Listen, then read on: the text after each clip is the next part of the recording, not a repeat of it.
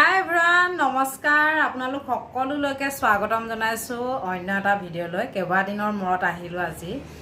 ভাবিলো দুযোৰ চাদৰ মেখেলা আছিলে বহুত ধুনীয়া পদ্মিনী কটনৰ ভাবিলো আপোনালোকক দেখাও এইকেইযোৰ দেখিছেনে এযোৰ হ'ল এযোৰ চাওক পাৰ্পল কালাৰত येलो ব্লেক আৰু গ্ৰীণ ফুল আছে দেখিছেনে ইমান ধুনীয়া লাগিছে কাপোৰ কেইযোৰ ভাবিলো আপোনালোকক দেখাও আৰু এইখন হ'ল চাদৰখন চাওক